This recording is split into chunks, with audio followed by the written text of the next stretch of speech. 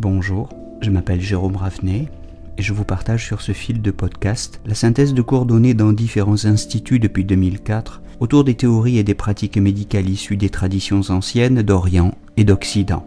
Bienvenue sur Énergie Tradition Santé à tous ceux qui nous écoutent avec discernement.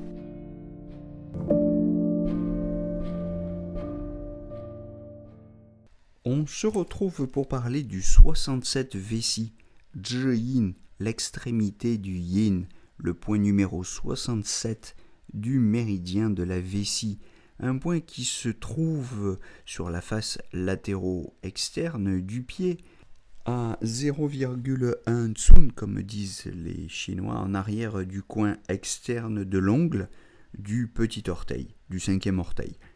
C'est un point qui est surtout intéressant pour son action gynécologique et obstétrique. Il est réputé pour remettre le fœtus en place, c'est-à-dire tête en bas, quand il est mal positionné après le 7e mois de la grossesse. Donc c'est un point pour la préparation à l'accouchement. Alors on n'a peut-être pas 100% d'efficacité sur ce point pour ce type de problème, mais enfin c'est un point qui donne quand même de bons résultats. Un peu moins connu, mais tout aussi efficace, est sa fonction de faciliter l'accouchement en cas de dystocie. Et pour cette indication, il est associé au 4GI et au 6RAT. C'est un point intéressant d'une manière générale pour les dysménorrhées, selon la méthode du point unique d'ailleurs, chauffé au bâton d'armoise, 15 à 20 minutes bilatéralement, 3 jours consécutifs avant la date présumée des règles.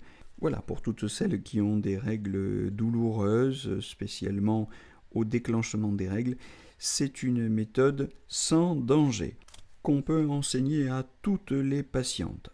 Enfin, n'oublions pas que ce 67 vessie, Zhi-yin, est un point complémentaire intéressant en cas de troubles oculaires de type plénitude, grâce à son action drainante sur l'ensemble du méridien de la vessie qui, je vous le rappelle, commence au canthus interne de l'œil. Donc c'est un point accessoire, un point complémentaire pour les pathologies oculaires, toujours selon le principe que je rappelle, Shang-Bing Xia-Chu, quand la maladie est en haut, allez en bas. Voilà, c'est tout pour ce dernier point du grand, du long et interminable méridien de la vessie. Je vous souhaite une belle journée à tous et je vous donne rendez-vous pour la suite de ces monographies des points d'acupuncture de la médecine traditionnelle chinoise. Belle journée à tous en attendant.